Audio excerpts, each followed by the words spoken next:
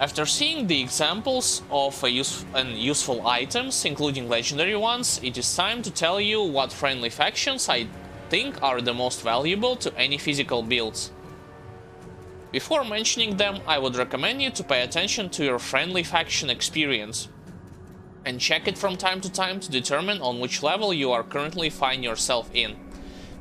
This will help you understand not only what equipment you can or will buy, but also do you have the ability to buy mandates or writs to have a significant boost to experience with friendly faction. Writs gives you plus 50% to friendly faction experience, and mandates gives you plus 100% with the unique feature to transfer them to your other characters.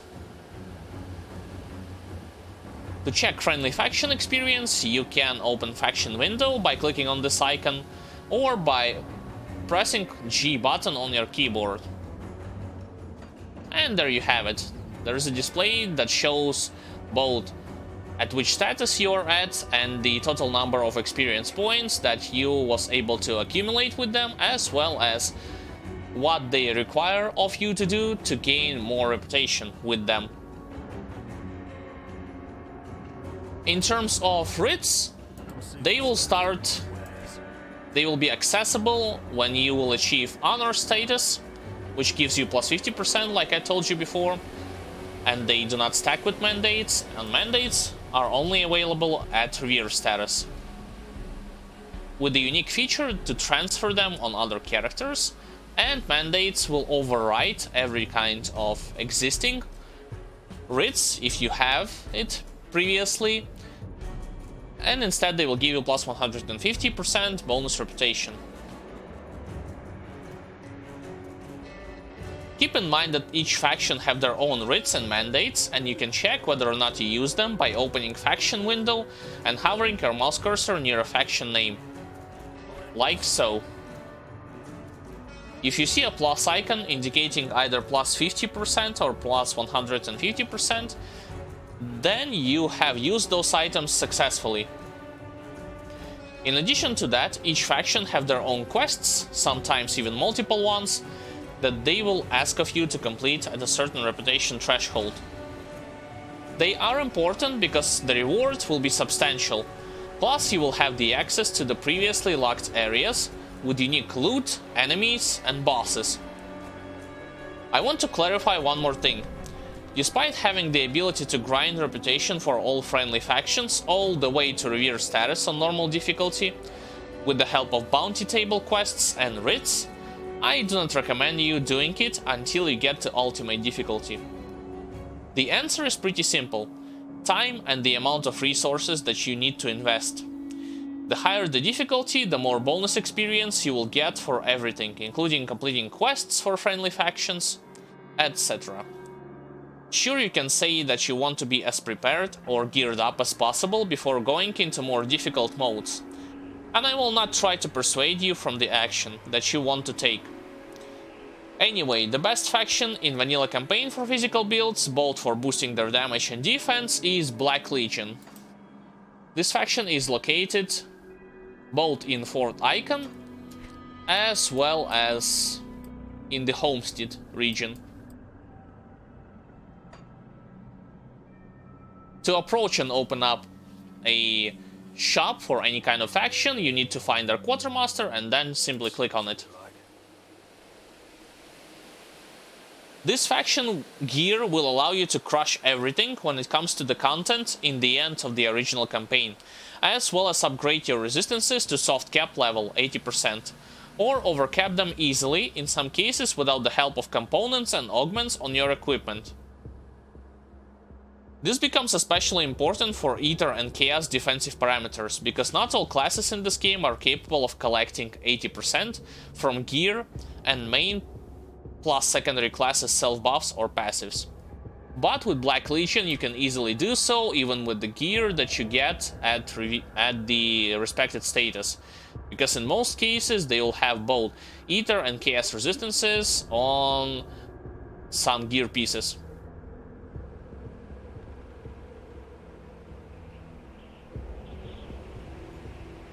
You might be thinking right now, hold up a second, but what about other factions? Devil's Crossing, Rovers, Homestead, Outcast, optional faction.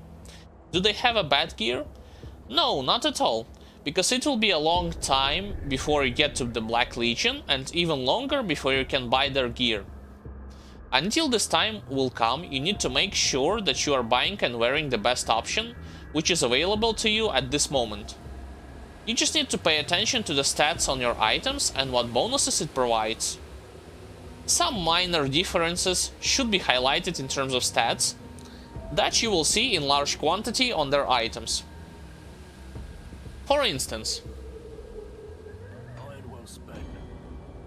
Devil's Crossing are worth mostly for physical, pierce, internal trauma damage. Rovers have access to poison and some vitality damage gear. Homestead provides pieces with some fire damage on them. Caiman's Chosen are useful for fire and elemental damage type users.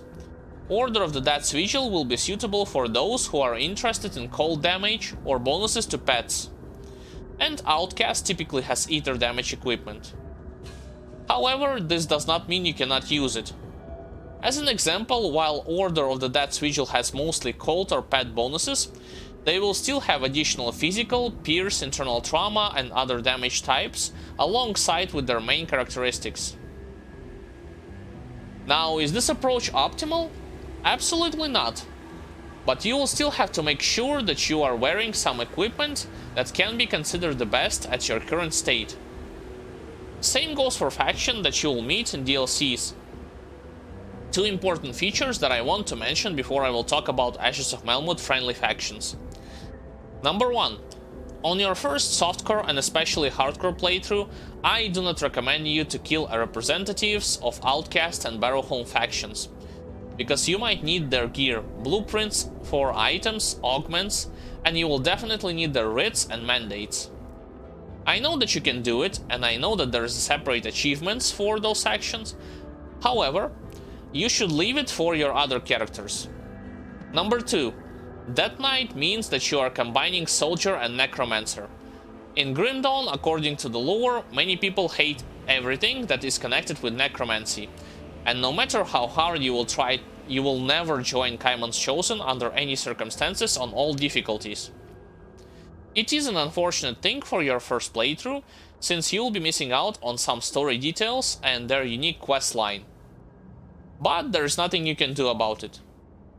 If you wish to join them, you would have to create a character that does not have as his main or secondary class a Necromancer. So, let's switch to friendly factions in DLC, starting with the first one, Ashes of Melmoth.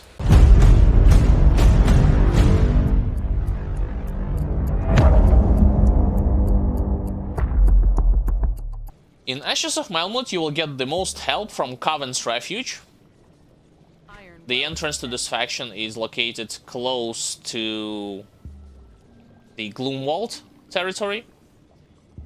And Melmoth Resistance. Melmoth Resistance you will find in different areas. At the beginning they will be at Melmoth Sewers, later on they will move towards Steel Cap District.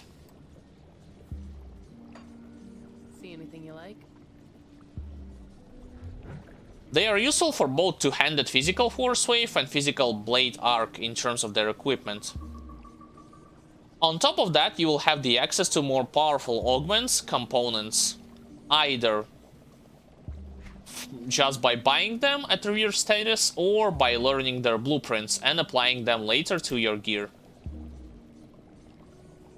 Additionally, you will start collecting crafting materials needed for creation of endgame components, but more on that later.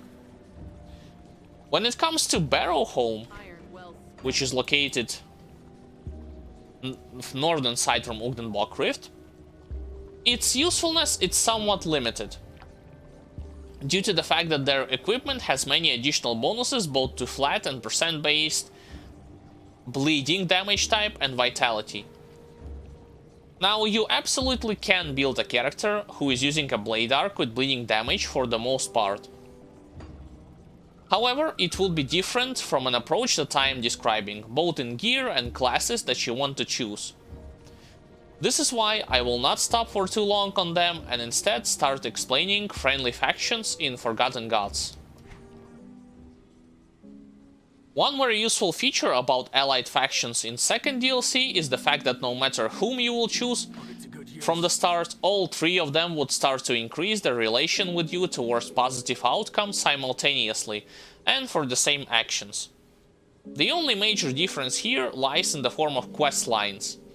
3 separate cults means 3 separate quest lines. I suggest you to ally yourself with each different cult on your first playthrough, because this way you can experience more story, read more lore notes which will describe to you in events that happened prior to your arrival, visit different unique areas. How you can do it, you might ask? Well, at the beginning of the second DLC you need to ally yourself with one cult. All you have to do is to choose another one on next difficulty. Their faction equipment differentiates a bit, but not by a ton. For physical builds you want to look for wares from Cult of Solael, which is situated close to the Conclave of the Three Rift.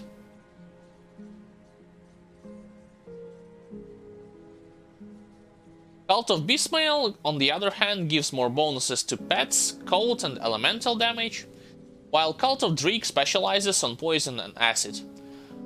All of those other representatives of Cult of Bismael and Krieg you can find in the same conclave, a little bit to the left. This is the brief rundown of all friendly factions and their bonuses that they will provide to you. Hopefully you get a better understanding of my approach. Now I will tell you more about defensive components on the initial level and endgame stages and augments. Components and augments. First things first, this is not going to be a detailed description of each components and augments available in game. For that, I will leave a link to my Grim Dawn beginner friendly tips and tricks video, as well as Grim Dawn Hardcore Ultimate tips and tricks in the description, where I showed and explained every important detail about them. In this topic, I will just list what you want to have and split them into categories. I will start with universally good components, which are used from early until mid-game, level 75, to solve most problems of having low resistances on your character. I remind you that soft cap starts from 80%, and everything after is considered an overcap standard. When it comes to components and augments, just like items, some of them, in terms of blueprints, you can randomly get them.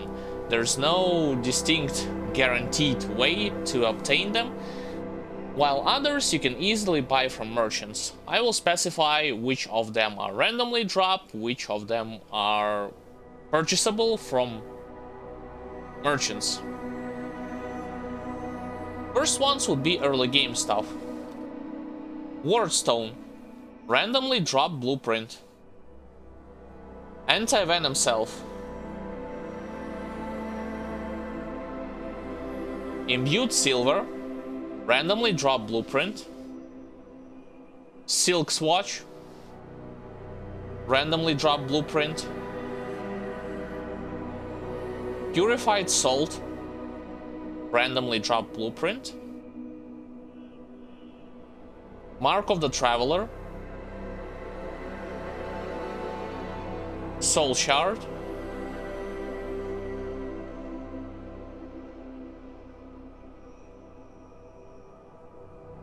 Ether Soul. You can buy blueprint for Ether Soul from Devil's Crossing. Black Tallow. You can buy blueprint both from Order of the Dead's Vigil or Kaiman's Chosen. Restless Remains. You will buy blueprint from Rovers. Runestone, same deal, you can purchase those blueprints from Rovers. Sanctified Bone, blueprint you can purchase from Homestead.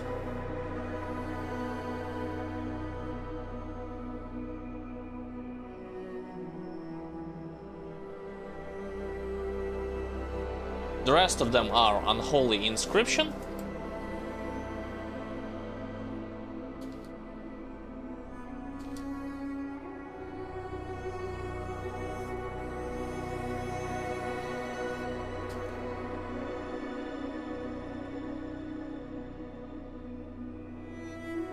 And finally, Olron's Blood.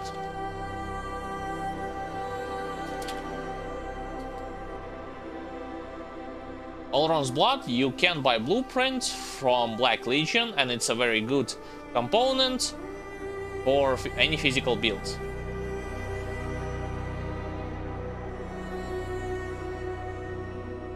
Now, after you will reach level 75, it's time to start thinking about upgrading your early game components.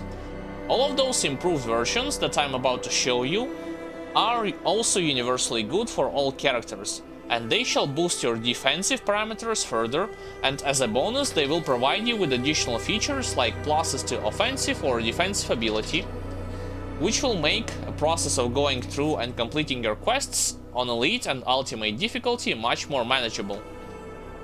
You should know that in order to craft most of them, you will need Ugden Blooms. It's a crafting component that typically drops from regular Elite boss monsters in Ashes of Malmud. I will show to you how it looks.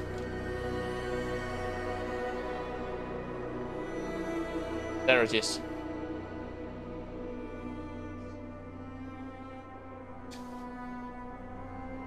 I will also show to you on a world map both safe and risky farming route that you can use to acquire the necessary amount of crafting purposes.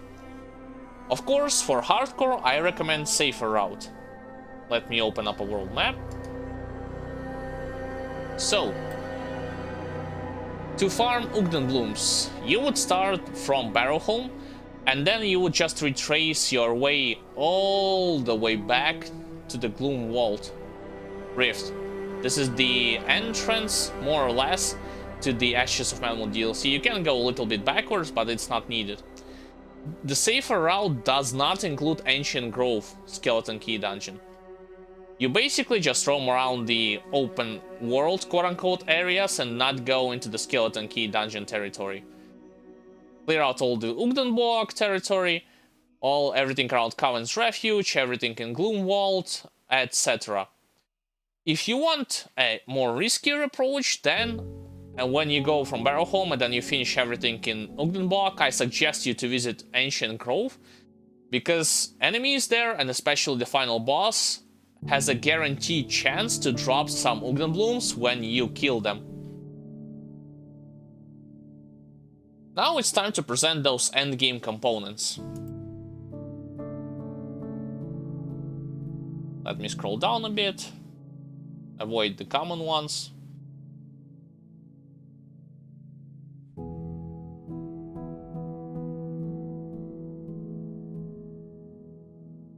List goes as follows: Ugdenborg Leather,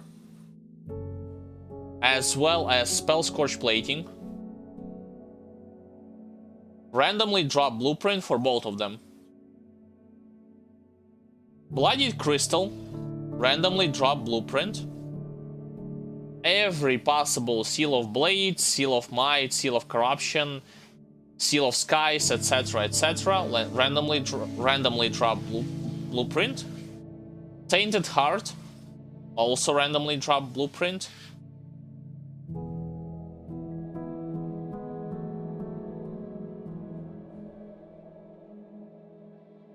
I'm looking for Prismatic Diamond. Yeah, there it is.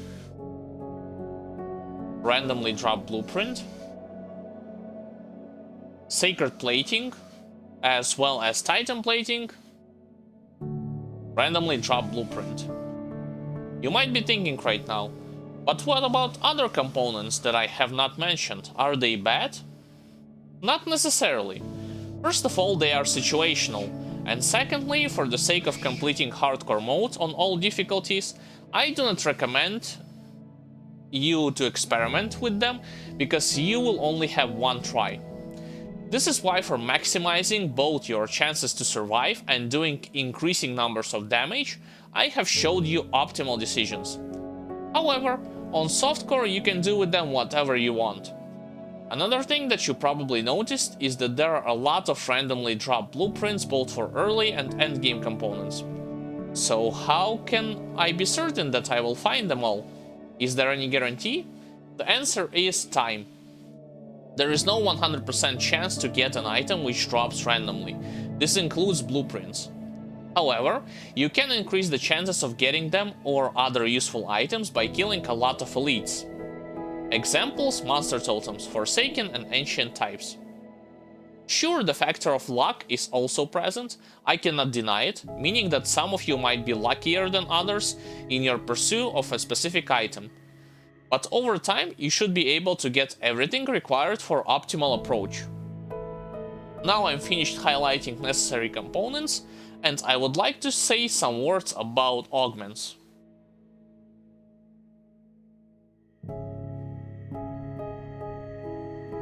First and foremost, mechanics.